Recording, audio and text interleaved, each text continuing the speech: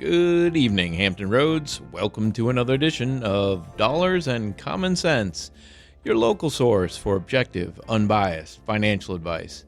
I'm your host, certified financial planner Kevin Zivna, coming to you live like I do every second and fourth Tuesday of the month to dialogue with you.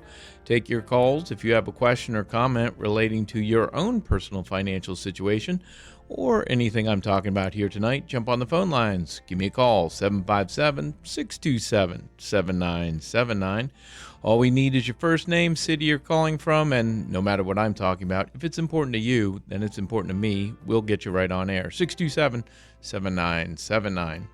Wealthway Financial Advisors is the proud sponsor of Dollars and Common Sense. We are an independent registered investment advisor, which means we're legally held to a fiduciary standard to put our clients' interest ahead of our own in any business dealing or recommendation that we make, and that's the way it should be when you work with a financial advisor. As the premier financial planning firm in Hampton Roads, we integrate expert investment management with customized ongoing financial planning advice to help our clients answer life's big financial questions and enhance their quality of life. So by design, we can't work with everyone. We work with a relatively small group of high net worth individuals, but that's one of the reasons we feel so strongly about coming here every second and fourth Tuesday at 6 p.m. And that's to reach out and help as many people in the Hampton Roads listening area that we can achieve your measure of financial success. Because it is a core belief at Wealthway Advisors that the overwhelming majority of people in this country have the opportunity for financial security if they choose it. And it is a choice because it takes some time, it takes some effort, and it takes some knowledge. We are here to help. You got to take that first step, though. Pick up the phone, give me a call, 627-7979, whether you want to talk about anything having to do with the investment markets, with the economy, insurance products like life insurance, health insurance, property casualty, taxes, tax planning, tax reduction strategies, retirement planning, retirement plans, 401ks, 403bs, TSPs, IRAs, Roth IRAs, mortgage options, Social Security claiming strategies, or estate planning. All that and more falls under the umbrella of personal finance. We are here to discuss tonight. 627-7979. All right, tonight we're going to talk about the value of coordination in comprehensive financial planning, a very underrated quality of the financial planning process. Coordination between different segments of the financial planning process and with different professionals that help aid in delivering comprehensive financial planning. So many people believe, that they have a financial plan when in reality they just kind of have a collection of accounts, statements, investments. But really, a true financial plan is not defined so much by what you own. It's defined by how everything works together. So this show will try to help you understand both what good financial planning includes and why many plans fall short. And then our goal here is to create some clarity. A strong plan is not more complex necessarily, but it is more intentional. It's more coordinated, and it's easier to understand when you have all the pieces working together in unison. So by the end of the show, hopefully, you should be able to answer one basic question. Do I have a plan, or do I just have pieces of the plan? So most people don't really know what to expect from the financial planning process, and I get it. I understand that. It's a relatively new discipline, having been developed probably only the birth was in about the last 40 years. That is relatively new compared to the practice of law or accounting and tax preparation. So it is a relatively new discipline, and it's made great strides over that relatively short history. But everyone sort of has their own version of what they deliver when it comes to financial planning. And while there are some standards, and you can look up these standards at the Certified Financial Planners Board of Standards website, and they have a good consumer-facing website called Let's Make a Plan, letsmakeaplan.org, O-R-G, I believe, for the Certified Financial Planner Board of Standards.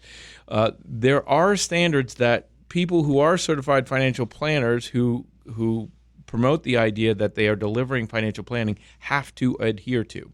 But even within that framework, there's a fair amount of dispersion of what the end result can be. And there's a wide variety in depth and quality in what makes up good financial planning. So I get from the public's perspective, they can hear the term financial planning. Every financial advisor seemingly nowadays seems to deliver some form of financial planning, but there's a huge variety of outcomes, a diversity of outcomes of what you can get out of financial planning based on their particular process. So I get that there's some market confusion there on what people can expect and some of the value of having a financial advisor, a professional, administer the financial planning process to you. So a lot of people kind of tend to think, who don't work with financial advisors, think they have a plan because they got accounts, right? They got investment accounts, they got bank accounts, they got savings accounts, they got retirement accounts, a company retirement plan like a 401k, an IRA, a brokerage account. Maybe you got a pension, although those are becoming fewer and further between. And then, of course, anyone who's been a worker in the workforce has contributed to Social Security, and you're going to also have Social Security to be able to claim once you hit age 62. But a collection of accounts is not a plan unless those pieces are fit together and working together towards a clear outcome.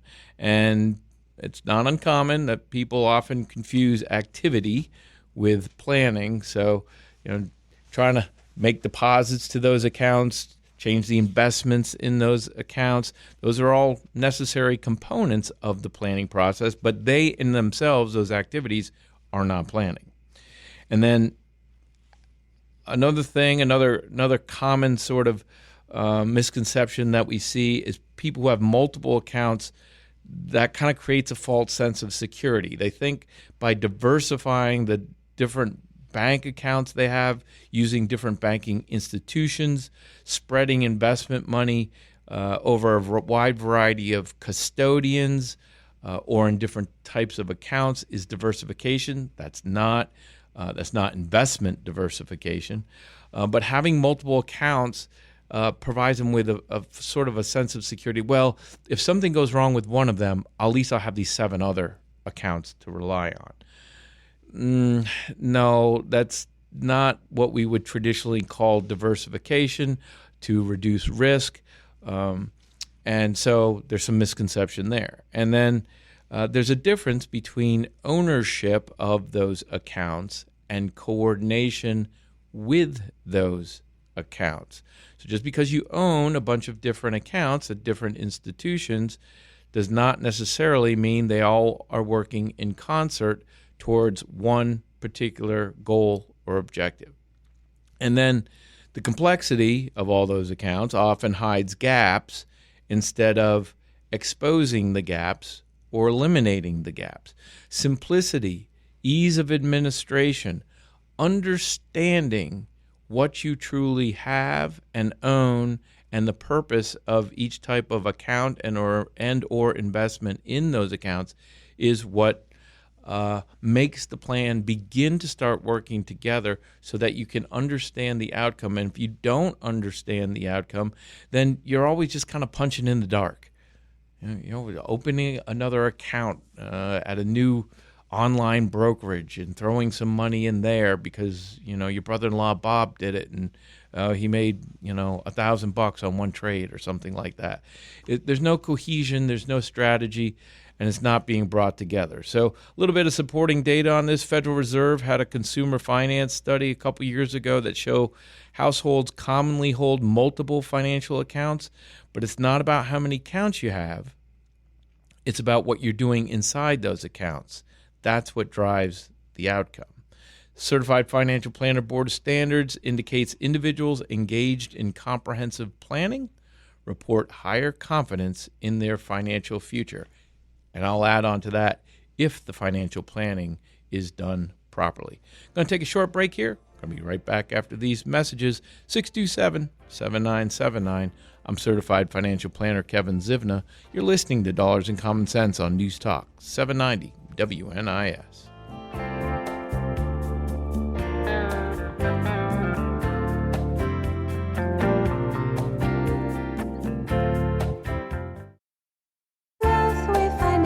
Advisors, planning for life. Wealthway Financial Advisors, planning for life. And welcome back to Dollars and Common Sense, your local source for objective, unbiased financial advice. I'm certified financial planner Kevin Zivna, president at Wealthway Financial Advisors, the premier financial planning firm in Hampton Roads, where we integrate expert investment management with customized, ongoing financial planning advice to help our clients answer life's big financial questions and enhance their quality of life. For more information about us, you can look us up online at wealthwayadvisors.com.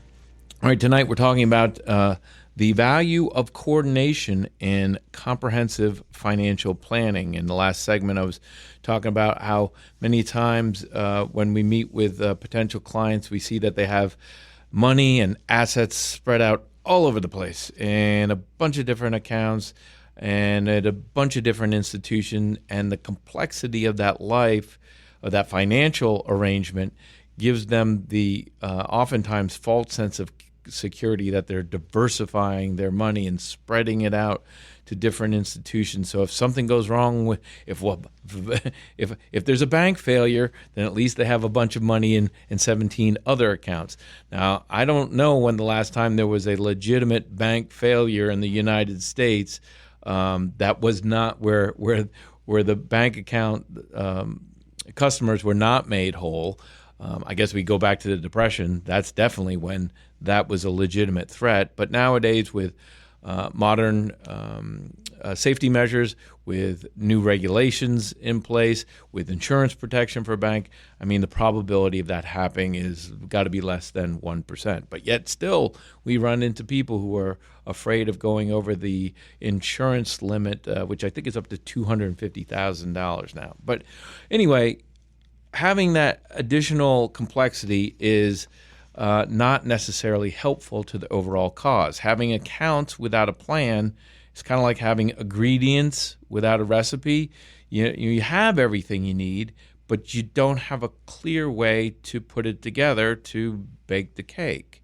So a good plan starts with clear goals. And strong financial planning begins with clarity around what matters most. And without defining the goals, every decision then becomes more reactive.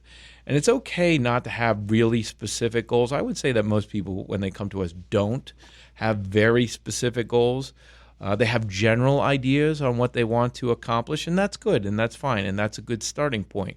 It's kind of our launching pad to allow us to go to work to then, it's mainly our job to put clarity around the ideas, the concepts of what our clients are working for, and then boil it down to specific numbers or rates of return or dates on the calendar or specific length of time that you're going to continue to work. And some of the reasons we see some misconceptions around people when they don't really have defined goals is they just kind of like, I want to be comfortable. But everyone's version of comfortable is different than your neighbor's. So what does comfortable mean to you? And it's our job to help kind of coax that information out of you to put more clarity around what being comfortable means. Or we also get, what I wish I'd come seeing you guys, 5 years ago. I just kept thinking I would figure it out later. And I, kind of just kept kicking the can down the road. And that's pretty common. That's probably one of the biggest reasons why people end up at age 65 with not much more to rely upon than Social Security. It's because they just have not done any real financial planning over their lifetime. They keep thinking it's one of those things that you don't have to do today, but every day that you wait not doing it is more harmful to your overall financial situation. The sooner you can act on these financial planning concepts, the easier they are to achieve and accomplish. But due to inertia, complexity, all kinds of hosts of different reasons, people choose to just delay it another day. Procrastination being an obvious one. And then sometimes we'll get, well, I figured I would get to the point in life where my investments would kind of just tell me what I can do, and that kind of means that I would get to a certain number. I would hit that magic number, and there's still like the $1 million out there. Once I got $1 million, then I figured I'd be able to retire. Well, $1 million ain't what she used to be. It's still a good number, don't get me wrong, but it's really not a level of savings and investments that you can just quit work entirely and live a very comfortable lifestyle for the rest of your life. You can live a very modest lifestyle on that in conjunction with Social Security. But if you want that money to last over your lifetime, then typically you need a little bit more, depending on what age you want to retire at. But usually it's like people, like I said, the people have that magic number they get to, but they don't really know what they can do once they hit that magic number.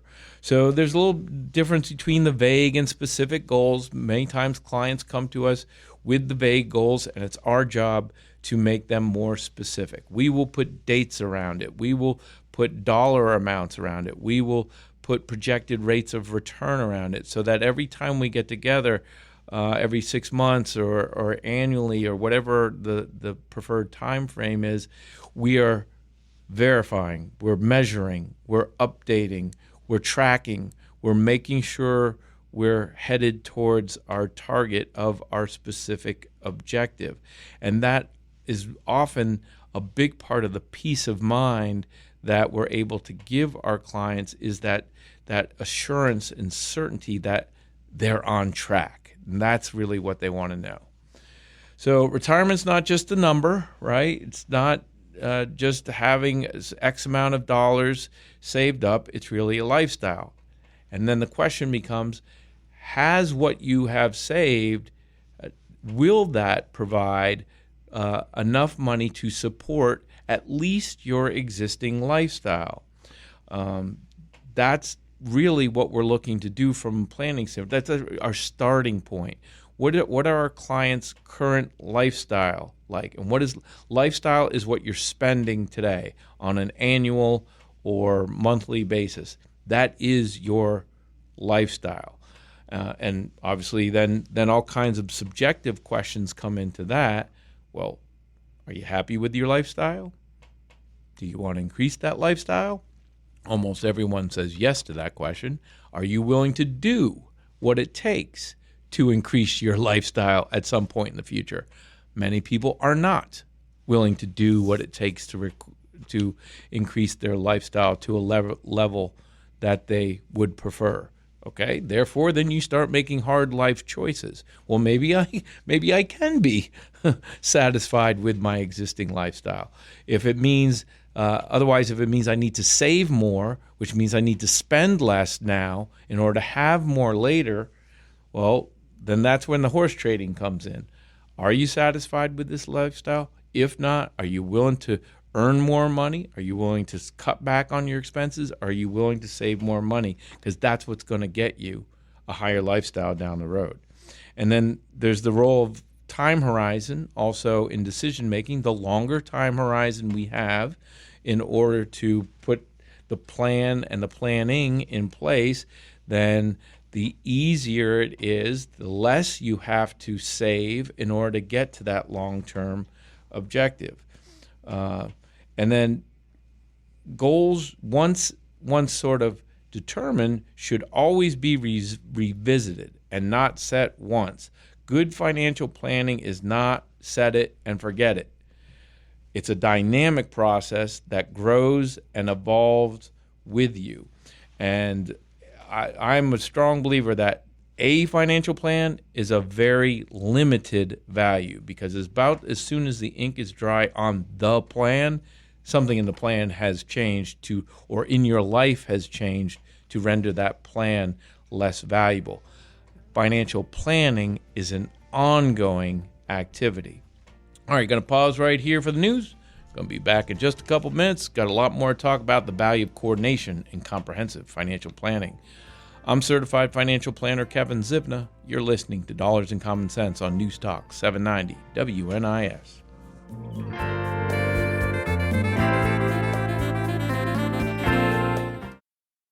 Wealthway Financial Advisors, planning for life. Wealthway Financial Advisors, planning for life. And welcome back to Dollars and Common Sense, your local source for objective, unbiased financial advice. I'm certified financial planner Kevin Zibna, the president of Wealthway Financial Advisors, the premier financial planning firm in Hampton Roads, where we integrate expert investment management with customized ongoing financial planning advice to help our clients answer life's big financial questions and enhance their quality of life. For more information about us, you can look us up online at wealthwayadvisors.com. Once there, you can request an information packet to find out what it's like to work with us, or sign up for a free quarterly newsletter at wealthwayadvisors.com. Just go to the Request a Consultation page, put your name and address in the dialog boxes there, select the appropriate drop-down menu, and we'll get that information out to you later on this week. And that's all we will use your name and address for, is just to send you the information that you request. Or if you got some nuanced questions, want to speak to a live human being, give us a call at the office, 456-2200.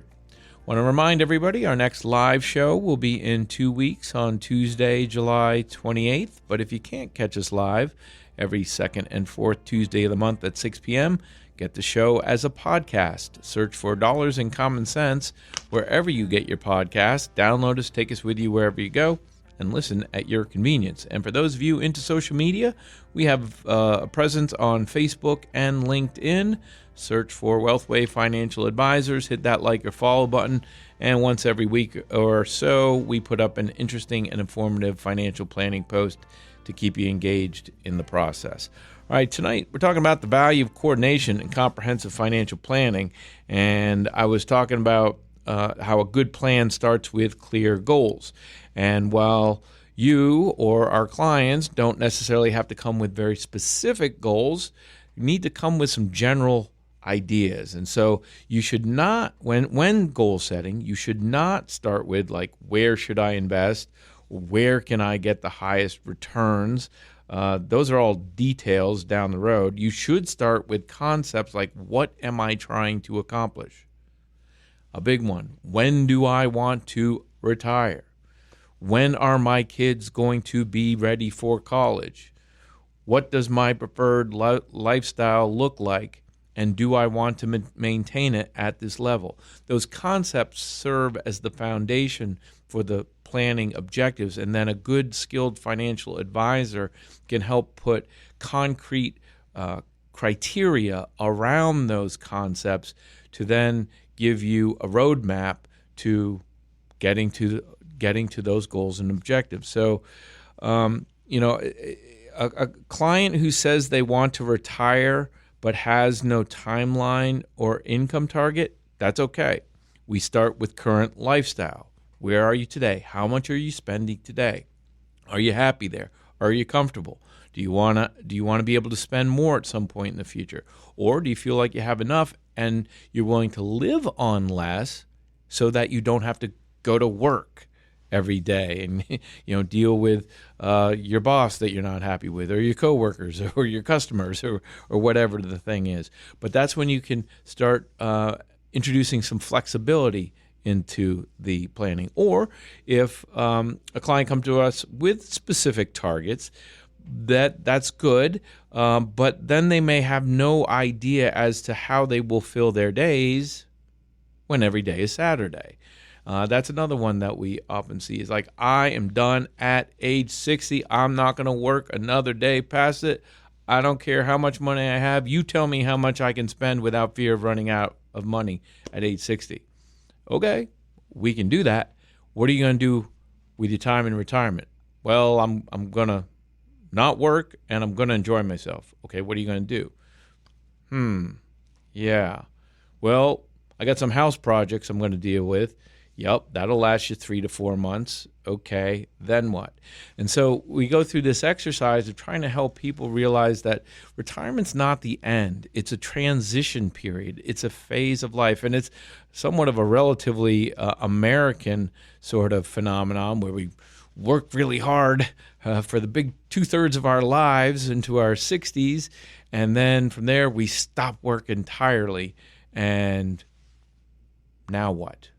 Now we have to fill our time, because it's not uncommon, and this is more problematic with men typically, that they do just that. They work really hard, they save their money, they build up a good nest egg, and then they quit work, and then they lose their purpose. And all those sort of problems and irritants of work that they thought they couldn't take anymore, all of a sudden those kind of recede into the background, and they realize that the work they did was probably very valuable, that it helped a lot of people, and that it probably was provide some camaraderie with their other coworkers, and now they have none of that. And so sometimes they get lost and start to feel adrift, and not uncommon that 6 to 12 months later, they're back in work at some sort of capacity. And there's nothing wrong with that, of course. And sometimes you don't know until you try, right? And that there's nothing wrong with that. But you do have to think about, what is life going to be like when every day is Saturday in retirement? So financial plan without goals, kind of like starting a road trip, but without choosing a destination. We got to have a place to go to.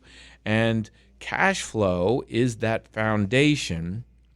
It's one of the main drivers, cash flow, one of the main drivers of the planning of the planning process. So what is cash flow? Cash flow is your income, it's your spending, and it's your savings.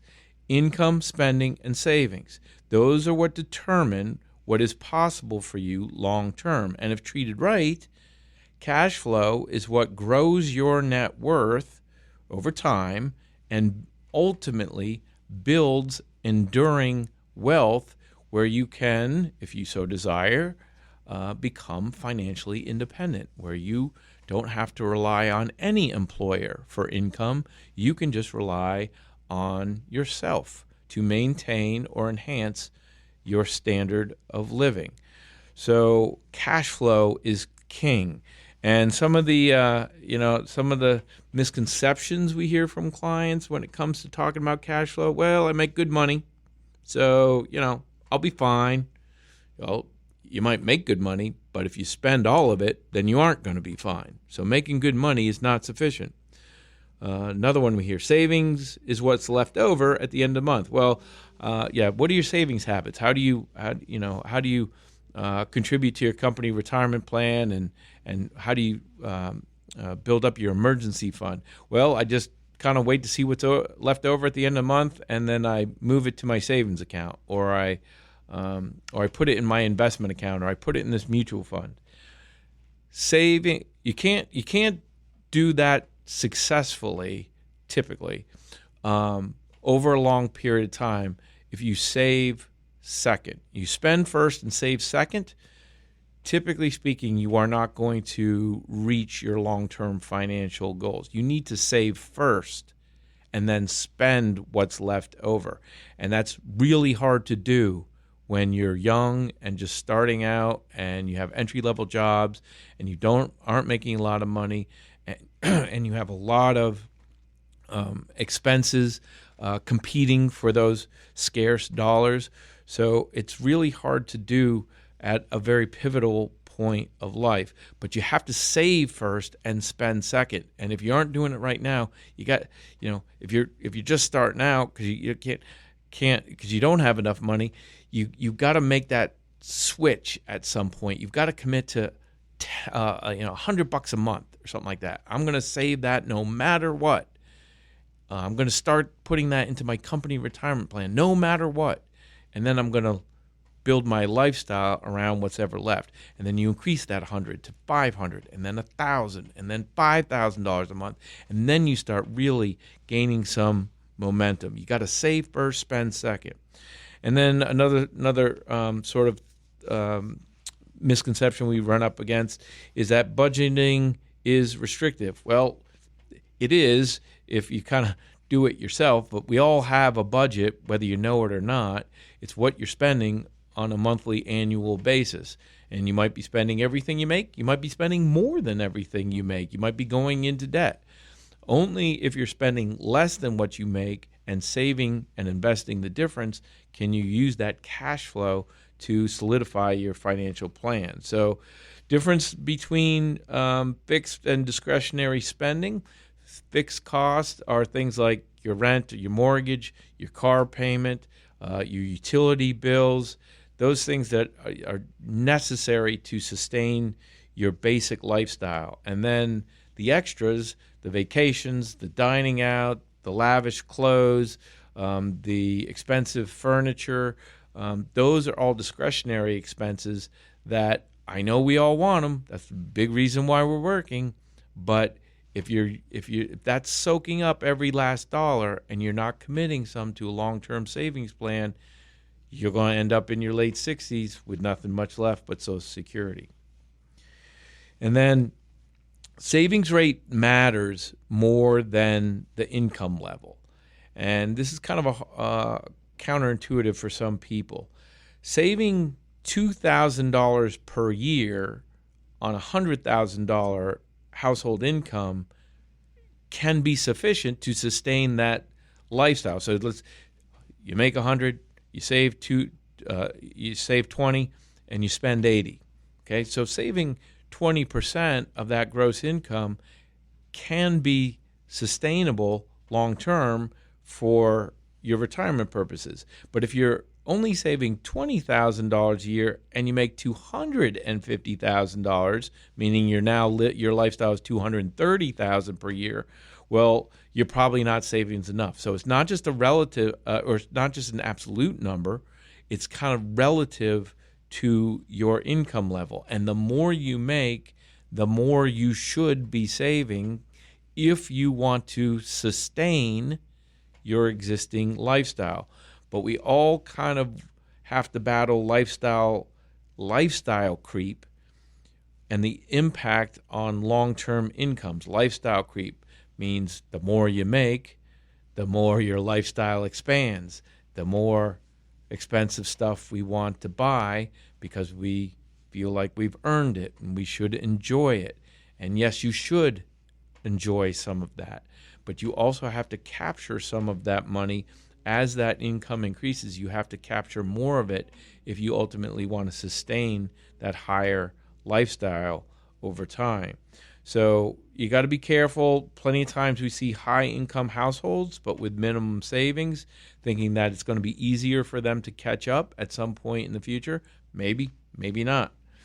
Moderate income households with consistent savings habits tend to outperform or even have more money, more net worth than people with high income. It does not take a lot of money to one day have a lot of money if you start early enough and you are consistent in your savings habits and you take that savings and invest it wisely and properly for the long term. So cash flow and investments are the engine of financial planning. And if the engine is not working, then the rest of the plan does not move. So investments should support the plan, not drive it. Talk a little bit about that in the last segment. Be back in just a couple minutes. I'm certified financial planner Kevin Zivna. You're listening to Dollars and Common Sense on News Talk 790 WNIS.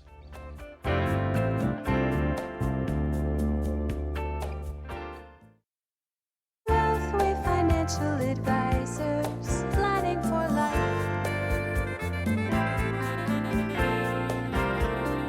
Wealthway Financial Advisors, planning for life.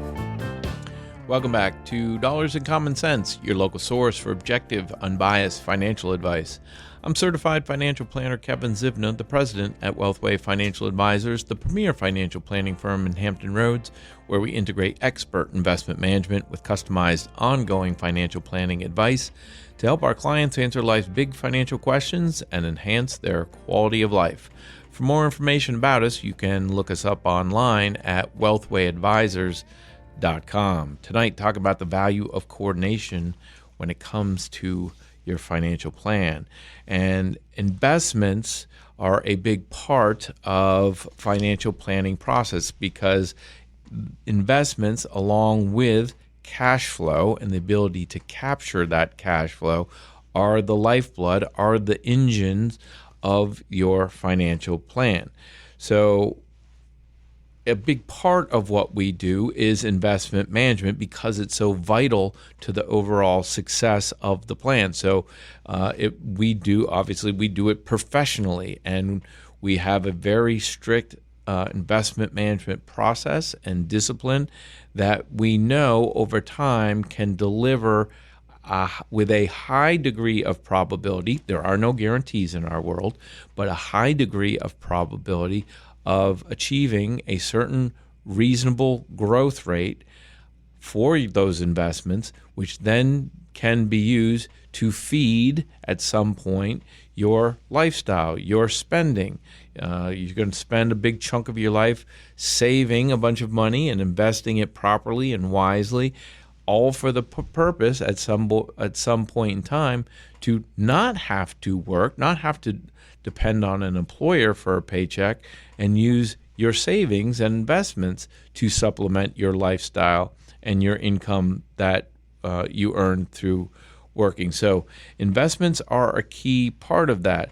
But high returns or reaching for high returns don't solve everything, and we do see that a fair amount, especially people who are trying to catch up. High risk, and they try to go after the Hail Mary or the home run, very risky investments in order to try and catch up. Unfortunately, it's a basic tenet of financial management that when it comes to investing in high risk vehicles, you have the potential to maybe make a very high return, but you also have a very high potential of not even coming close to that return and even losing most or all of your money. So the more we risk, or the higher return we reach for, the more we risk in our investment management. So we have to balance those two competing priorities, and you can't get caught up with trying to find the next the SpaceX is all the rage now, right? Because Elon Musk, everything he touches from a business standpoint has turned to gold, more or less. And so everyone's hot on the SpaceX program or company. But last I checked, it makes almost no profit, and at least at this point. And profit is the lifeblood of a company's stock price. Now, the hope is it will become profitable and very profitable, and it very well may, but it could just as likely stall out, never turn a profit, and ultimately the company could go out of business, which means its stock price is going to basically zero, and you've permanently lost that money. So you have to be careful with high-risk type of investments. And then we get another one, that market timing. There's still a lot of people who think that they are going to market time their way to success. It's virtually impossible to consistently and accurately time the market and your investment decisions successfully over time.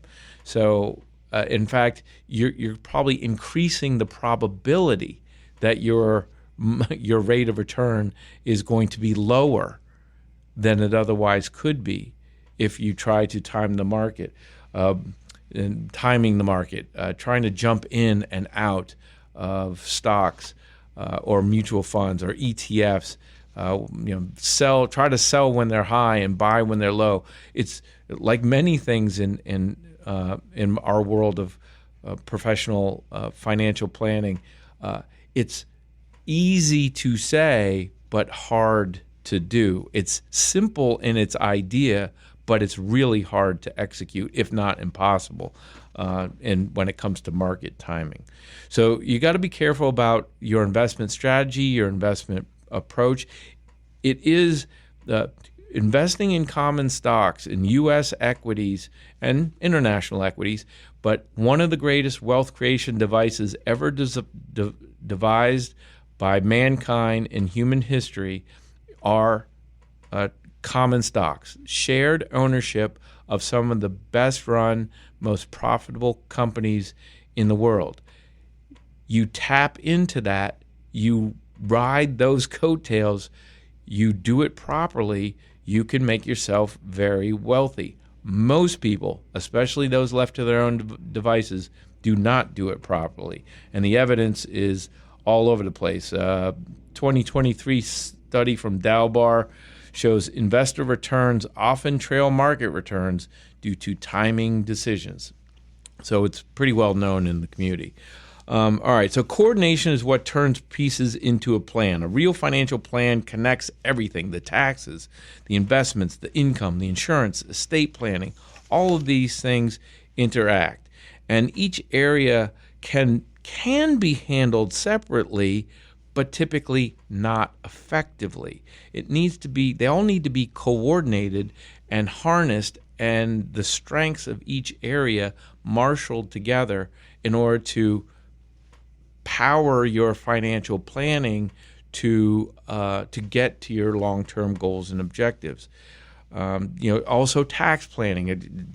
Most households' largest expense are state and federal income taxes, and so tax-aware investment decisions, proper tax diversification when it comes to the account setups, IRAs, Roth IRAs, 401ks, all have a role in the planning process. So a good plan or good planning is coordinated, and it's not overly complicated.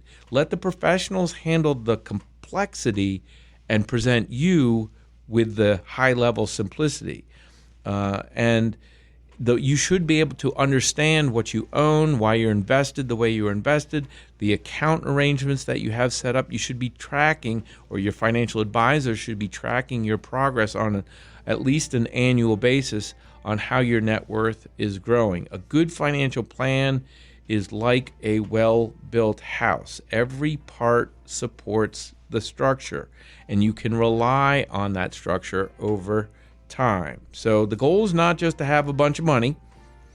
The goal is to have a clear, intentional plan for how that money supports your life, so that you can ultimately use your money to enhance the quality of the life for you and your family. All right, I'll be back in 2 weeks on Tuesday, July 28th at 6 p.m. as usual. Until then, I'm Certified Financial Planner Kevin Zivna.